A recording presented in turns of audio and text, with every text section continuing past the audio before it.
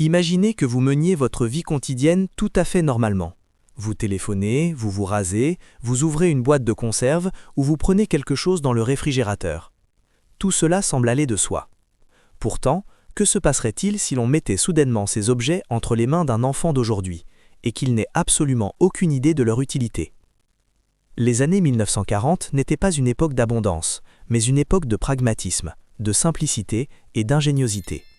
Les objets du quotidien devaient être robustes, durer longtemps et remplir plusieurs fonctions.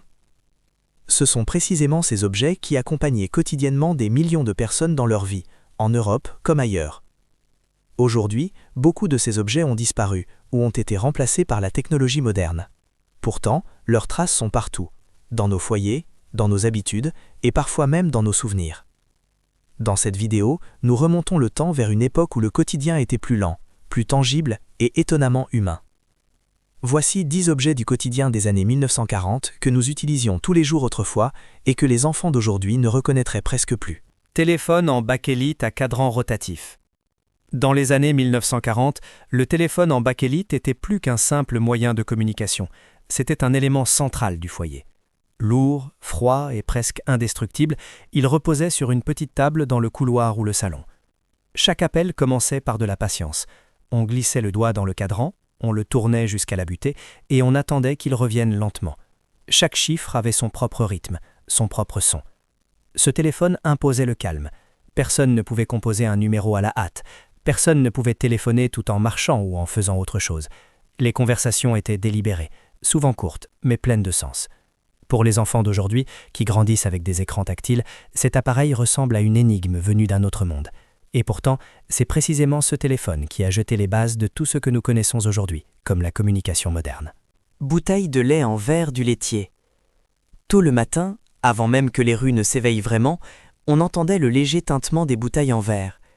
Le laitier déposait du lait frais devant la porte, le plus souvent dans de lourdes bouteilles en verre avec une fermeture simple. Ce lait n'était pas anonyme, il provenait de fermes locales, il faisait partie de la vie quotidienne.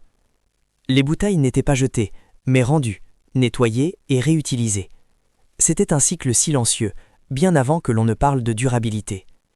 Pour les enfants d'aujourd'hui, qui connaissent le lait en briques ou en bouteilles de plastique, cette routine est difficilement imaginable. Pourtant, pour de nombreuses familles en Europe, elle était un signe quotidien de fiabilité et de proximité. Rasoir de sûreté à lame interchangeable. Le rasoir de sûreté était un symbole de précision et d'autonomie. Équipé d'une seule lame tranchante, il exigeait calme et concentration. Chaque rasage était un petit rituel, souvent accompagné d'eau chaude, de savon à barbe et d'un miroir qui ne pardonnait aucune erreur. Contrairement au rasoir actuel, à plusieurs lames ou électriques, ce rasoir était durable, réparable et économique. Beaucoup d'hommes utilisaient le même manche pendant des années et ne changeaient que la lame. Pour les enfants d'aujourd'hui, cet outil semble dangereux ou compliqué, mais à l'époque, il représentait le progrès et la sécurité par rapport aux méthodes encore plus anciennes. Glacière en bois.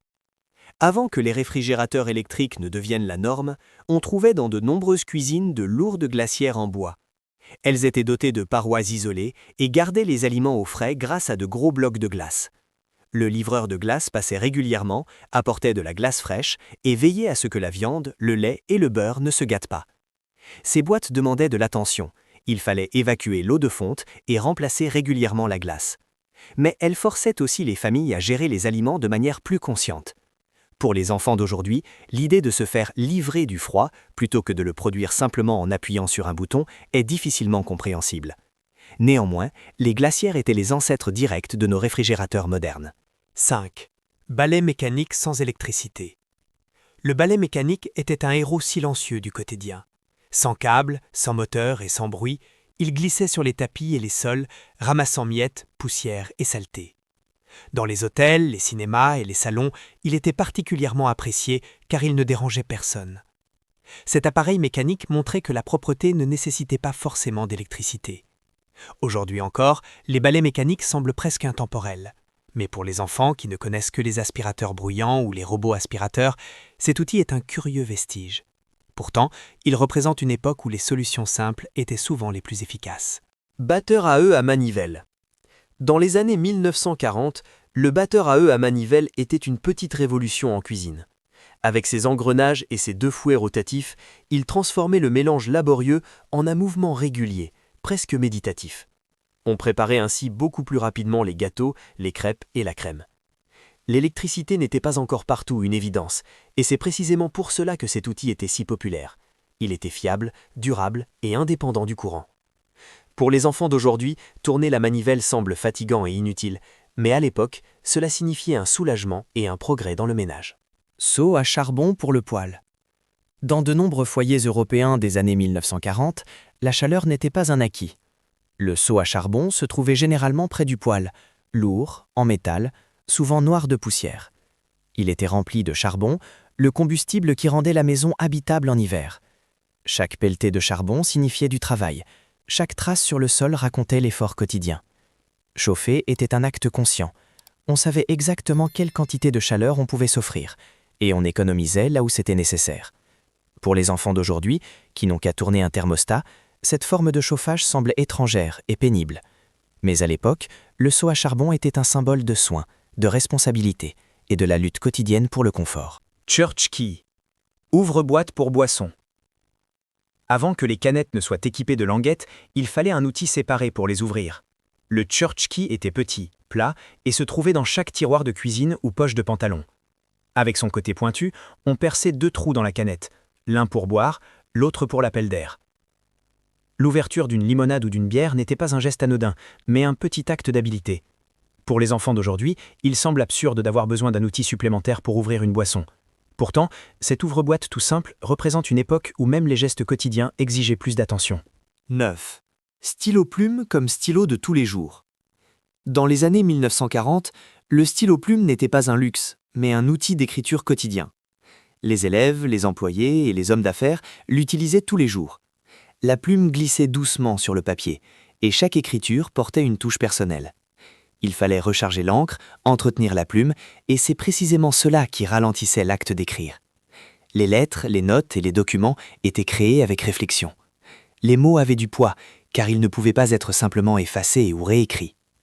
Pour les enfants d'aujourd'hui, habitués au stylo à billes ou au clavier, un stylo-plume semble compliqué et démodé. Pourtant, il représente une époque où l'écriture était encore un processus conscient, presque intime. 10. Planche à laver pour le linge. La planche à laver faisait partie des objets quotidiens les plus éprouvants physiquement des années 1940. Fabriquée en bois et en métal ondulé, elle servait à nettoyer les vêtements à la main. Le linge était frotté, rincé et essoré, souvent pendant des heures. C'était un travail dur, effectué le plus souvent par des femmes, dont les mains étaient marquées par l'eau et le savon. Mais la planche à laver était plus qu'un simple outil. Elle faisait partie de la vie sociale, accompagnée de discussions, de chansons et de travail partagé. Pour les enfants d'aujourd'hui, qui n'appuient que sur un bouton de la machine à laver, cette réalité est difficilement imaginable. Pourtant, c'est précisément cet effort qui a jeté les bases de notre confort actuel. Quand nous regardons ces objets du quotidien des années 1940, nous ne voyons pas seulement de vieux objets, mais une manière de vivre totalement différente.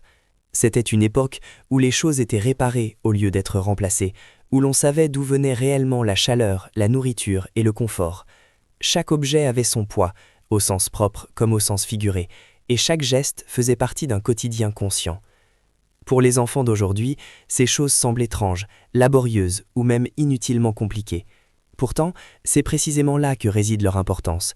Elles parlent de patience, de responsabilité et d'une proximité avec la vie quotidienne qui nous manque souvent aujourd'hui.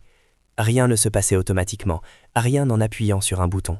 Le quotidien exigeait attention et participation. Peut-être est-ce précisément pour cela qu'il est important de se souvenir de ces objets, non par nostalgie, mais pour comprendre à quel point notre confort moderne repose sur les expériences et les solutions des générations précédentes. Le monde des années 1940 était plus rude, plus lent et plus éprouvant physiquement, mais il était aussi tangible, honnête et plein de moments humains.